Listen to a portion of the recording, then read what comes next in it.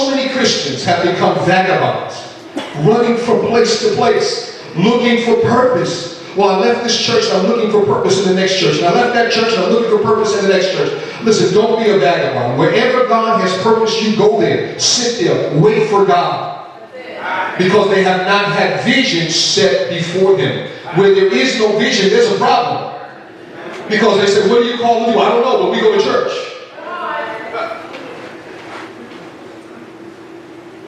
Because of this, many ministries have died.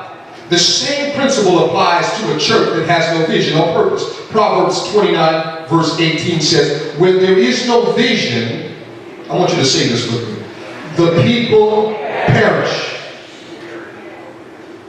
Where there is no vision, the people perish. Well, where are we going? I don't know. Let's just hang out together. You have to have a vision to work toward. Vision always speaks of something ahead or moving forward. The church or Christian that is content with just coming to church and not serving God by being the church, as well as desiring to see growth or move forward, that's from traditional places, they perish. Tradition does not give you vision or purpose because tradition doesn't see forward. It always looks back. Tradition always says where our church came from, what we did, who established it, and who did this, and what we did here. Tradition always tries to hold on to your history. Yes, sir. Yes, sir. But God is trying to step you forward into His future. When you look back, you can see the purpose of others that were before you, but not your own.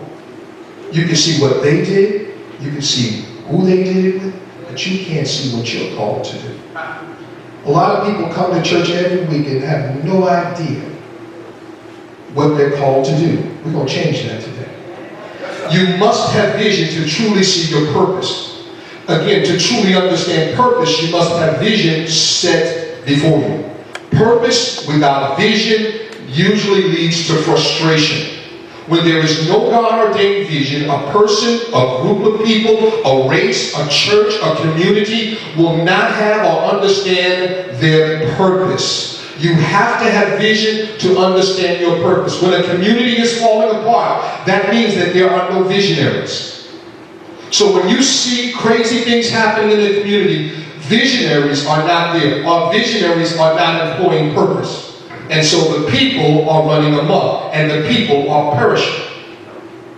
Vision can be based on season. That is to say that the vision is set to happen during a certain time. And vision absolutely comes from God. Vision does not always have details that we want or like, yet those details are attached to our destiny. The same thing with Minister Brenda. The vision or whatever, she got stopped. She didn't like the details, but the end of it was a blessing.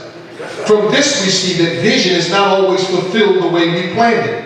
It's not the way many of us are planning church. We're expecting to do church, and we're expecting 10,000 people, and everybody's going to come, and we're going to be on television, and we're going to do this. That's not how it's going to happen. That's not the vision of this house. We're going to get a lot of people. You can count on them. You can count on them. But it's not going to be your typical church. So I want to make it clear to everybody today, this is not typical church. How many of y'all noticed that already? Like, there's something a little different about this place. It's not typical church.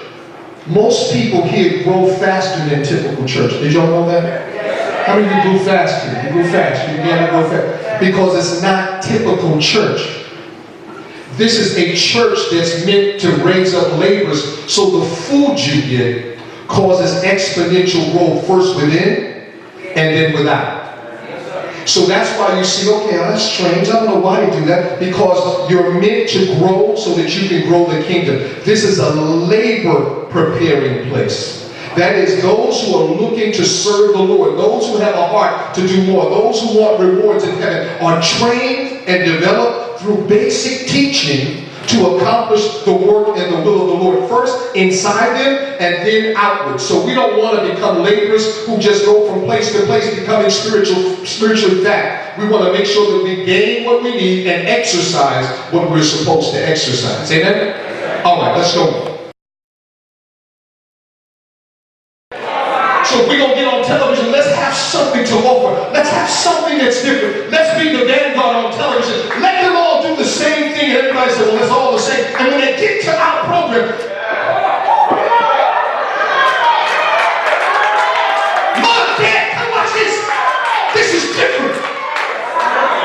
That's who we are. That's who we are. I want you to get it in your spirit. It's not one person. It's not two people. It's not the leadership alone. It's the group. We as a group are the vanguard. And so wherever we are the vanguard. On the supermarket line, you got a banner up saying, I'm the vanguard. When you're in your car driving and the police pull you over, listen, you got a prayer going on saying, I'm the vanguard. God sent me to go before everyone else to reach this man so that he can give his life to the Lord Jesus Christ. You are the vanguard. Let's go. So stop letting people put pressure on you. How come y'all don't do praise and worship the city? How come y'all don't usher the city? How come y'all don't teach? How come we give out a piece of paper? I'll tell you what, you read it, go home and pray about it and see if it changes you.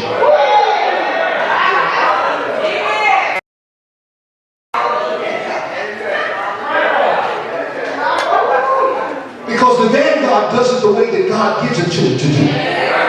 The vanguard doesn't follow everybody. Please, let's become leaders and not followers. Because to do what we're called to do, to get the revival that we're called for, you got to go first. You got to go first. We're waiting, looking for somebody else to go before you. God said, listen, there's nobody else appointed to go before you. I chose you.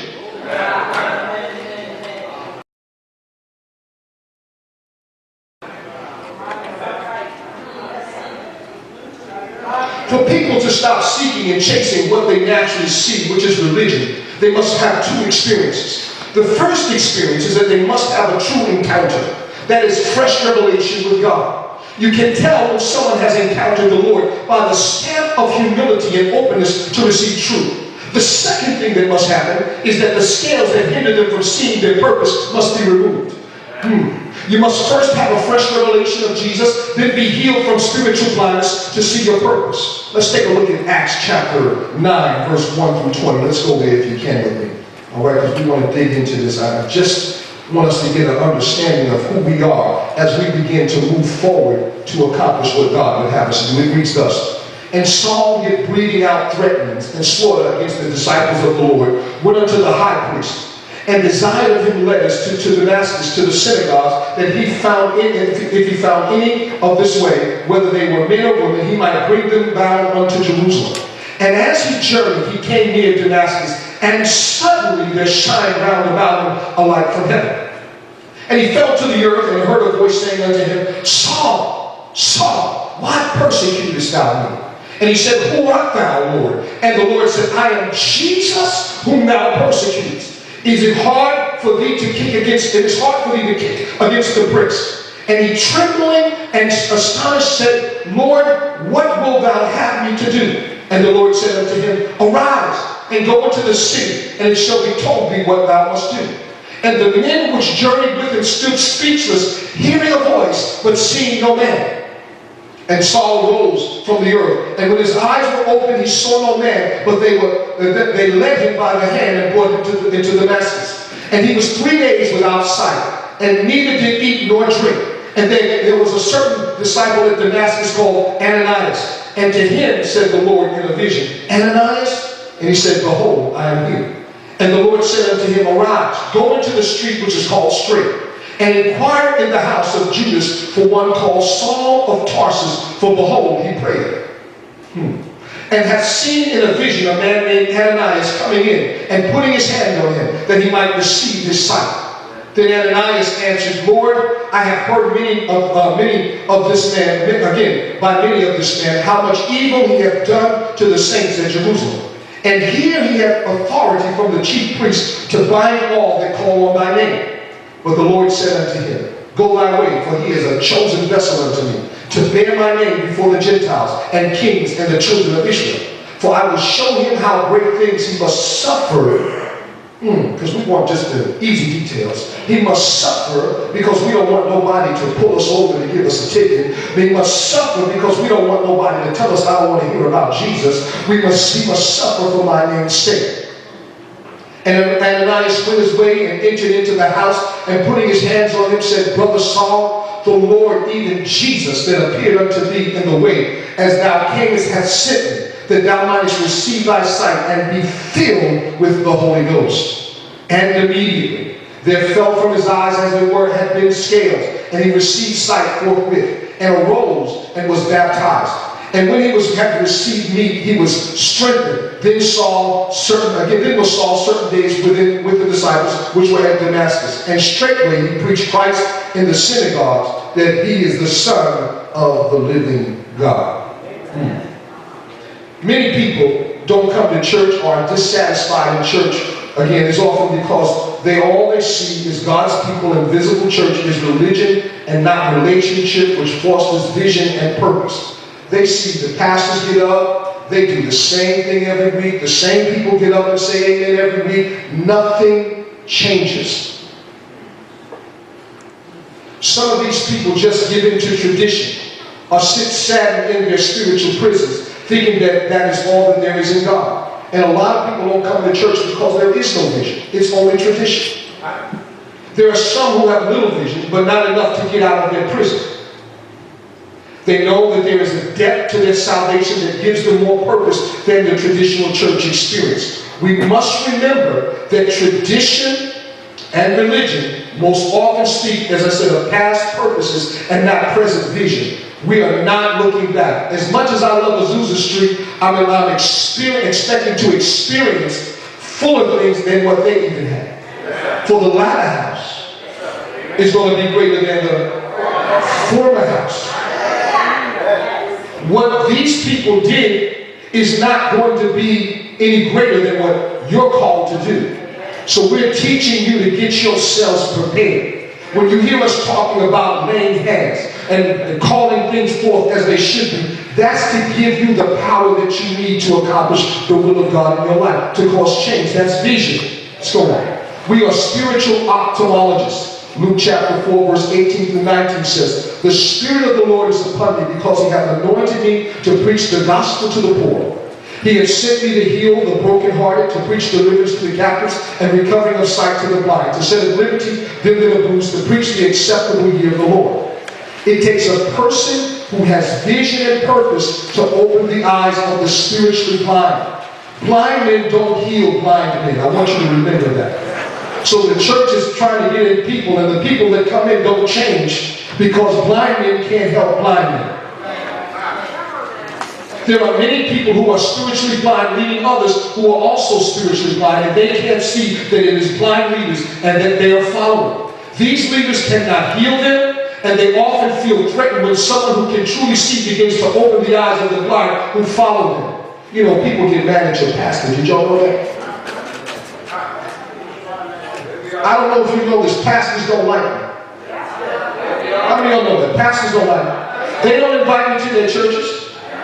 They don't invite me to their church. Because when they invite me to their church, I don't just try to encourage the people to do what they want. You see, I don't work for pastors. I don't work for people who invite me somewhere. I don't work for any of them. My job and my work and my service is unto the Lord. And so people don't like you when they can't control you. And so guess what? I work for the King. And so because you can't control me, don't invite me. But God will give me television to reach the same people that you don't let me come into your church and speak to them. Because God can do that. So our job is to hold on and to do what we're supposed to do, to speak truth when God wants us to speak truth. Even when people begin to lock you out, because God can open doors that no man can shut, and he can shut doors that no man can open. So stay on your post. Stay being the vanguard. Stay doing what you're supposed to do. God will honor you and raise you up in due season. Don't worry about it. Because again, people don't like truth. And they don't mind blind people coming in telling them how to stay blind. But when the doctor's in the house, and he says, let me check your eyes. Wait, these are my people, don't check it out. They're not going to like what I do. Then they're going to see everything that I'm doing is wrong.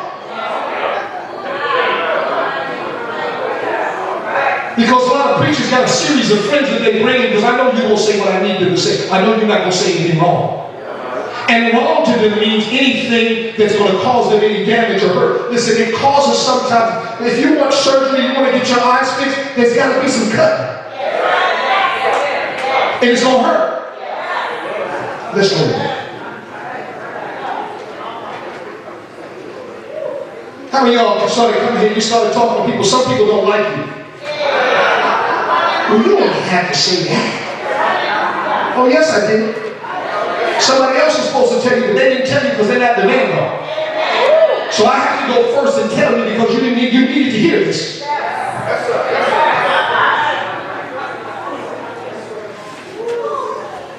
Many of us have been purposed by God to give sight, vision back to the people of God. Some of them started out seeing, but the years of tradition has blinded their eyes and they have become complacent where they are and have stopped looking forward. But if you hang out with blind people, after a while you're going to be blind. Did you see that? No, I didn't see that. Did you see that? No, I didn't see that. You hang out with enough blind folk, I'm not talking naturally, I'm talking spiritually. You're going to wind up being just as blind as them because they're going to look over everything. That's okay, that's okay, that's okay, that's okay, that's okay, that's okay, that's okay.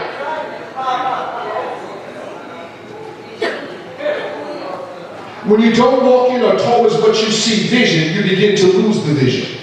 When God shows you your purpose, you need to start getting prepared to walk in that direction. God has purposed your life. God has purposed your life. I'm going to say it, I'm talking to you. God has purposed your life. He didn't just create you and sit you there. When He brings you to a place, He brings you to a place with a purpose, with an intended destiny. And not only that, He says, I'm going to give you vision in that place so that your purpose can be fulfilled. God has purposed your life. He has put in you valuable things to accomplish His plans. You are not some accident. You are part of God's great design. He has purpose for you. I want to say it again because a lot of us are sitting here like I just go to church and I don't find any purpose. He has purpose for you in this house. Jeremiah 1 verse 4 through 5 says, Then the word of the Lord came unto me, saying, Before I formed thee in the belly, I knew thee. Before God had put you in your mother's belly, before your mother knew your father, before your grandmother knew your grandfather on both sides, and before your great, before Adam knew Eve, God had destined and designed a plan for you. And He planned for you even to be here today. He says, I got a plan for you. You don't know it. It's 6,000 years away. You're not even created, but I have purpose for you, and I have need of you in that hour.